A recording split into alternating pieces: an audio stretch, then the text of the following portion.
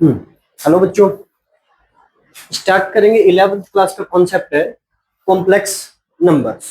ठीक है, complex number, इसके बारे में आज डिटेल में डिस्कस करेंगे। कॉम्प्लेक्स नंबर क्यों हुआ, क्यों इसका नाम कॉम्प्लेक्स पड़ा, और क्या क्या इसमें टर्म्स आती है, क्या क्या इसमें फॉर्मूले वगैरह क्या यूज होते हैं। ठीक है, वो चीज करते हैं।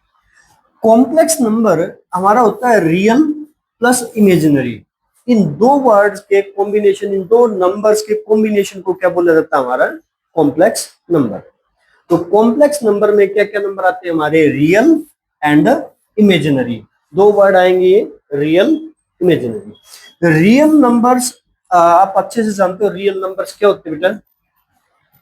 रियल नंबर्स में हमारे क्या आएंगे, सारे नेगेटिव, पॉजिटिव, फ्रैक्शन, सब टाइप के, ऑल टाइप ऑफ नंबर्स उसमें क्या आते हैं हमारे रियल नंबर। ये आप 10th तक पढ़ के आए हो।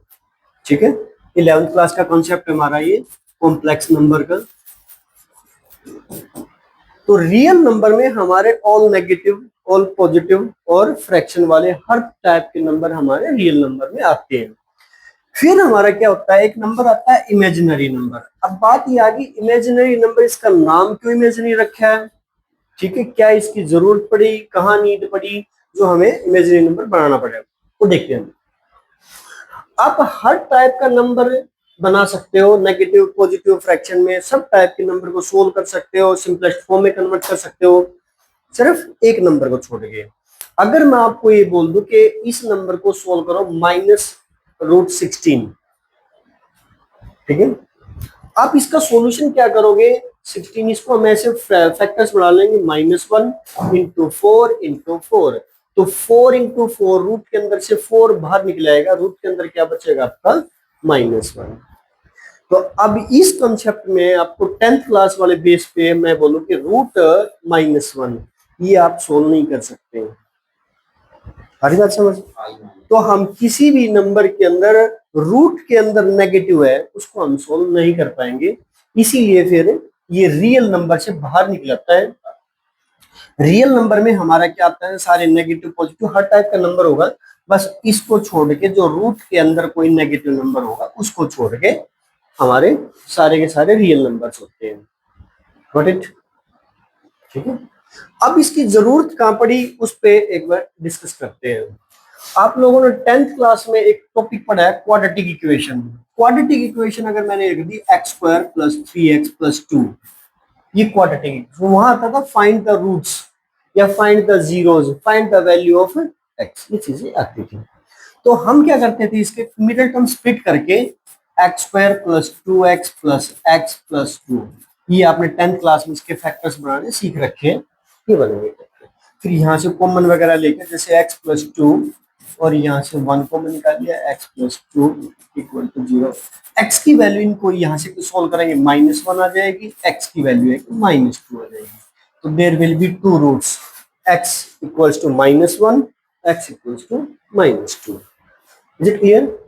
इसको करने का एक और पैटर्न होता था हमारा, वो पैटर्न होता था, उस फॉर्मूले का नाम होता था क्वाड्रेटिक फॉर्मूला। याद है, इस फॉर्मूले का नाम क्या होता था, x = -b + -√d / 2a। ये फॉर्मूला होता था, इस फॉर्मूले का नाम होता था क्वाड्रेटिक फॉर्मूला। इसको क्या बोलते थे बेटा हम, क्वाड्रेटिक फॉर्मूला। अब मैं आपको एक नॉलेज के लिए चीज और बता देता हूं, इसका नाम जो क्वाड्रेटिक फॉर्मूला जो होता है, इंटरेस्टिंग बात है, तुम्हें पता होनी चाहिए। इसका जो मेन रूल है, जो ये जो बताया जाता है, इसका जो मेन कंसेप्ट है, वो आया कहां से है। वो एक होते थे हमारे भारतीय इंडियन मैथमेटिशियन है, उनका नाम था श्रीधराचार्य, श्रीधर आचार्य, पूरा नाम था उनका श्रीधर। और आचार्य जो होता था, कोई टीचर जो होता था, उसको जैसे पहले क्या बोलते थे ना, आचार्य, आचार्य बोलते थे। तो पूरा नाम इसका जैसे बोलते ना, जैसे महाभारत के टाइम पे जाते हैं, जैसे उसको बोलते द्रोणाचार्य, नाम तो द्रोण था, लेकिन क्या बोलते थे, द्रोणाचार्य। द्रोण और आचार्य जो थे द्रोणाचार्य बोलते थे। ऐसे ही हम इसको नाम क्या था इसका, श्रीधर जी है, श्रीधर आचार्य, तो उसको हम क्या बोलते थे, श्रीधाचार्य।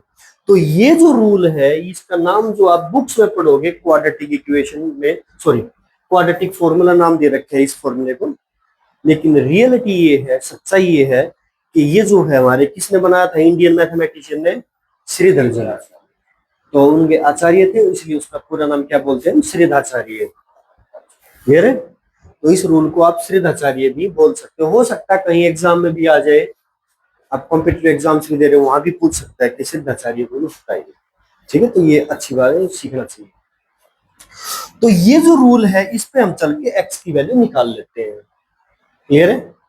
लेकिन कई बार क्या होता है हमारा, अब जैसे एक मैं क्वेश्चन दूंगा आपको, ये फॉर्मूला लगा के आपको सोल्व कर लेना है, ये श्रीधाचार्य या क्वाड्रेटिक फॉर्मूला लगा के सोल्व कर लेना है। अगर मैं आपको ये दे दूं एक, जैसे एक्स स्क्वायर और प्लस 4x प्लस 7,